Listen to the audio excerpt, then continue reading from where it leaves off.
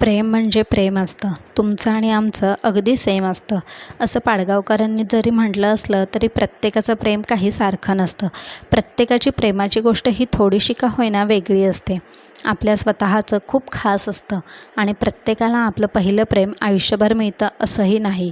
अशीच एक गोष्ट, एका प्रेमाची गोष्ट. तशी ती फार काही सुंदर देखणी वगैरे नव्हती, आपली चार चौघींसारखीच. पण डोळ्यातून आणि चेहऱ्यावरून आत्मविश्वास मात्र दिसून यायचा. एका छोट्याशा गावातून शिक्षणासाठी शहरात आणि या मोठ्या कॉलेजमध्ये आलेली. नवीन वातावरण, नवीन मित्रमैत्रिणी यात रमली. कॉलेजचं एक वर्ष भरभर कसं निघून गेलं कळलंच नाही आणि दुसऱ्या वर्षीच ॲडमिशन घ्यायला जाताना तिने त्याला पाहिलं. कॉलेजच्या त्या हिरवळीवर जिथे मुलं उगाच उनाडक्या करत होती, तिथे मात्र तो सायकॉलॉजीच्या कुठल्याशा पुस्तकात डोकं घालून बसलेला. भोवतालच्या जगाशी सुटून आपल्या एका वेगळ्याच जगात हरवलेला. ॲडमिशन करून नंतर ती आपल्या विभागात निघून गेली आणि नंतर दिवसभरात त्याला विसरून पण गेली. असाच अधेमध्ये तो दिसायचा, कधी पुस्तकात, कधी मित्रांच्या घोळक्यात, कधी मैत्रिणींच्या गराड्यात. पण तिने कधी इतकं लक्ष दिलं नाही. आणि होता होता गॅदरिंगचे दिवस आले. अँकरिंगचे ऑडिशन द्यायला ती गेली. तिथे चक्क परीक्षक म्हणून तिला तो दिसला. त्याला बघून पहिल्यांदा तिला काहीतरी वेगळं वाटलं, हृदयात धडधडलं. स्टेजवर वक्तृत्व स्पर्धांमध्ये बिनधास्तपणे बोलणारी ती आज मात्र घाबरली. पण सगळं अवसान एकवटून त्याच्याकडे शक्यतो न पाहता तिने ऑडिशन दिलं आणि निघून गेली. निवड झालेल्या लोकांना SMS द्वारे कळवणारे होते. निकाल काहीही असला तरी आपल्याला काही फरक पडणार नाही असं भासवणाऱ्या तिला मनातून मात्र वाटत होतं की तिची निवड व्हावी. आणि 2 दिवसांनी SMS आला. तिची निवड झाली होती. मनातून आनंदून गेली होती ती. पण हा आनंद निवड झाल्याचा नसून वेगळा होता हे तिला कळून आलं होतं. निवड झालेल्या लोकांना पुढे 15 दिवस थोडं प्रशिक्षण देणार होते आणि त्यासाठी त्यांना एक दिवस कॉलेजच्या कॉमन हॉलमध्ये बोलावलं होतं. तिथे गेल्यावर तिला कळलं की त्यांना शिकवणारा प्रशिक्षक तोच होता. तिला अगदी आकाश ठेंगणं झालं त्याला बघून. तो मात्र तसाच होता, शांत, हसला तरीही गंभीरता असणारा. हळूहळू त्याचं प्रशिक्षण सुरू झालं.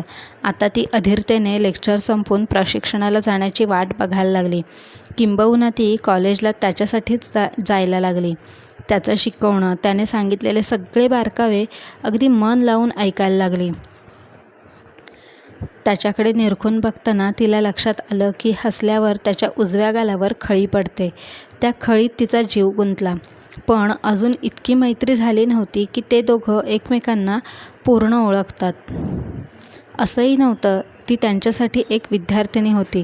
तिच्यासाठी मात्र तो आता एक फक्त शिक्षक किंवा कॉलेजमध्ये शिकवणारा एक मुलगा राहिला नव्हता. त्याहून जास्त काहीतरी झालं होतं.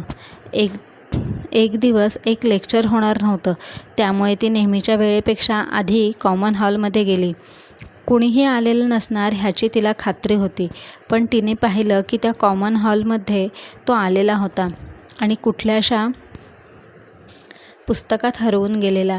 नेहमीसारखाच पावलं न वाजवता ती त्याच्याजवळ गेली. पण तिच्या जाण्याने त्याची ती आत्मानंदमूर्ती भंग झालीच. त्याने हसून तिच्याकडे पाहिलं आणि तिचा जीव आभाळ एवढा झाला. मग जुजबी बोलणं सुरू झालं. तो देखील विज्ञान शाखेचा विद्यार्थी होता, पण वाचनाची आवड होती. मराठी साहित्यावर प्रेम होतं. ती स्वतःसुद्धा विज्ञान शाखेची विद्यार्थिनी होती. साहित्यावर तिचंही खूप प्रेम होतं आणि इथे आल्यापासून असा वाचनाची, साहित्याची आवड असणारा कोणीतरी पहिल्यांदाच तिला भेटला होता.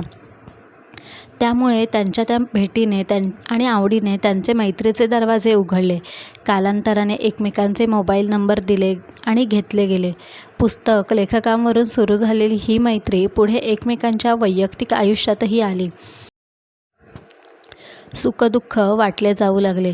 त्यांचं आयुष्य ऐकताना कित्येकदा तिने डोळ्यातलं पाणी डोळ्यातच आटवलं होतं आणि ह्या सगळ्यामधून तिचं त्याच्यावरचं प्रेम वाढत चाललं होतं. पण ती त्याला ही गोष्ट कधी सांगू शकली नाही, कारण त्याच्या आयुष्यातलं प्रेम त्याने केलं होतं, जे दैवानं त्याच्यापासून हिरावून घेतलं आणि तो त्या प्रेमाशी एकनिष्ठ होता. हे सगळं ऐकून आपलं प्रेम तिने आपल्या आत दडवलं. त्याला पुसटशी जाणीवसुद्धा होऊ नये म्हणून हसण्याचा आव आणत अश्रू लपवून त्याला भेटत राहिली. कॉलेजची 3 वर्ष बघता बघता संपली. त्यांची मैत्री नाही, पण बोलणं कमी झालं. आपापल्या आयुष्यात दोघेही गुंतले. क्वचित कधीतरी 6-8 महिन्यांनी बोलणं व्हायचं, पण ते बोलणंसुद्धा तिला खूप काही देऊन जायचं. आणि अचानक 2 वर्षांनी तो तिला तिच्या शहरात भेटला. ध्यानीमनी नसताना तो भेटला ह्याचा आनंद ती लपवू शकली नाही आणि त्यानेही तो आनंद टिपला. मी परत इथे आलो तर नक्की तुला भेटेन असं सांगून तो गेला. आणि ते 2-3 तास आणि पुढचे 2-3 दिवस ती एक अनामिक गुलाबी विश्वात होती. त्याचं असं अचानक भेटणं, बोलणं, दिसणं काही तिच्या डोळ्यासमोरून जात नव्हतं. ह्या 2 वर्षात तो खूप बदलला होता. जास्त छान दिसायला लागला होता. ती खळी अजून खोल झाले असं उगीचच वाटलं तिला. आणि आपल्या ह्या वेड्या विचाराचं हसू आलं. मग भेटी वाढत राहिल्या. तो जेव्हा तिच्या शहरात यायचा, वेळात वेळ काढून तिला भेटायचा. कॉफीवरून सुरू झालेल्या भेटी डिनरपर्यंत कशा गेल्या त्यांना कळलंच नाही. ह्या सगळ्यात तिला जाणवत होतं की तो बदलला आहे. आता तिची जास्त काळजी घ्यायला लागला होता. वेळात वेळ काढून तिच्यासोबत वेळ घालवत होता. तिला वेळ द्यायला, भेटायला कामं असली तरी ती बाजूला करत होता. तरीही आपल्या मनातील गोष्ट त्याला सांगावी की नाही ह्या संभ्रमात ती आजही होती.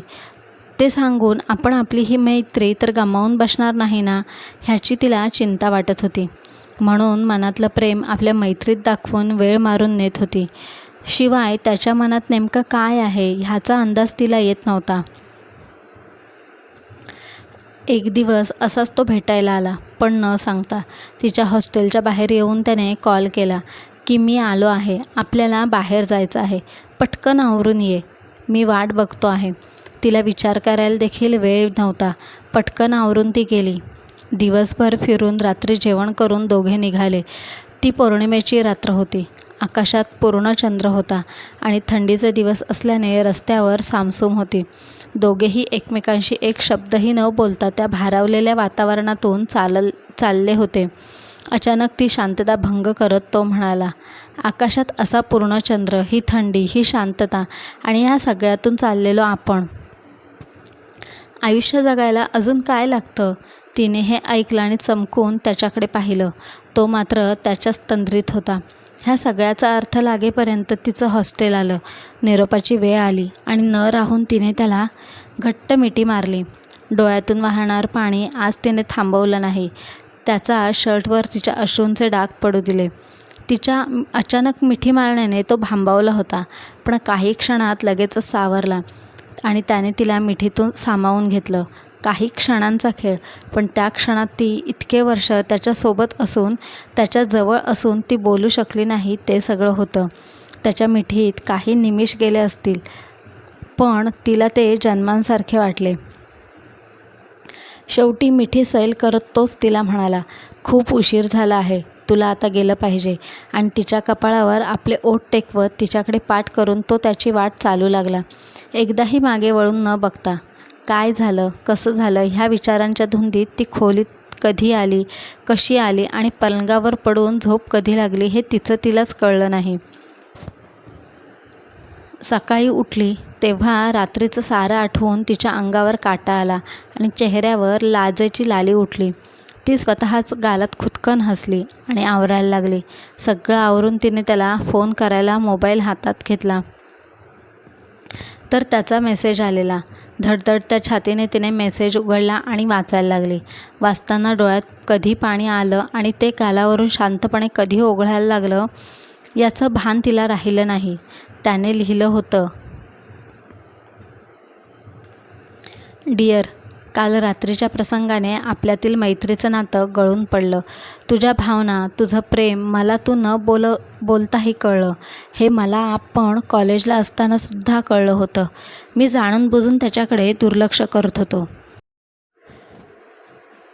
पण मी तुला मोजकी आणि महत्त्वाची 2 कारणं सांगतो. एक म्हणजे या आयुष्यातलं आणि ह्या जन्मातलं माझं प्रेम करून झालं आहे गं. मी तुला हे खूप आधी सांगितलं होतं. आठवत असेल तुला. दुर्दैवाने ते पूर्णत्वाला नाही जाऊ शकलं. ती मध्ये सगळं आणि सगळ्यांना सोडून कायमची निघून गेली. तिची माझ्या आयुष्यातली जागा मी ह्या जन्मात तरी कोणाला देऊ शकेन असं मला नाही वाटत. तुला उगाच खोटी आस लावणं मला नाही पटत. आता दुसरं कारण ऐक. लहानपणी आपण खेळण्याच्या दुकानात जायचो. तिथे एखादी छानशी बाहुली काचेच्या कपाटात ठेवलेली असते. आपल्याला ती बाहुली खूप आवडते, घ्यावीशी वाटते. पण नंतर आपल्या लक्षात येतं की ही बाहुली खूप महाग आहे आणि ह्या बाहुलीला ठेवायला आपल्याकडे असं काचेचं घरपण नाही. कसं आणि कुठे ठेवणार ह्या बाहुलीला? हे उदाहरण मी ह्यासाठी दिलं की ती हातली बाहुली तू आहेस. पुढचं मी सांगण्याची गरज आहे असं मला नाही वाटत. तू तेवढी समजदार आहेस. आणि हो, काल रात्री जे काही झालं त्याबद्दल तू स्वतःला दोष देऊ नको. माझाही स्वतःच्या भावनांवर ताबा राहिला नाही आणि परत असं काही होऊ नये म्हणून मी ठरवलं आहे की मी आता तुझ्या आयुष्यातून निघून जावं. हे नातं अजून गुंतू नये. म्हणूनच हे योग्य आहे. तू तुझी सगळी स्वप्न पूर्ण कर, खूप मोठी हो. माझ्यासाठी हे जास्त महत्त्वाचं आहे. कदाचित आपण दोघं एकमेकांसाठी बनलेलो नाही आणि प्रेम केलं म्हणजे ते मिळवायलाच हवं असंही नाही ना. काही प्रेमकथा अपूर्ण राहण्यात पण एक गंमत असते. तुझं माझ्यावर खूप प्रेम आहे आणि ते कायम राहील याची मला जाणीवही आहे आणि खात्रीसुद्धा. पण हे प्रेम तू तुझी शक्ती बनव, प्रेरणा बनव. तुझं ध्येय साध्य कर, स्वप्न पूर्ण कर. मग मी समजेन की तू खरंच खूप प्रेम करतेस माझ्यावर. माझ्या एवढं ऐकशील ना? आणि हो, अजून एक, यापुढे मला कॉन्टॅक्ट करण्याचा प्रयत्न करू नकोस कधीही.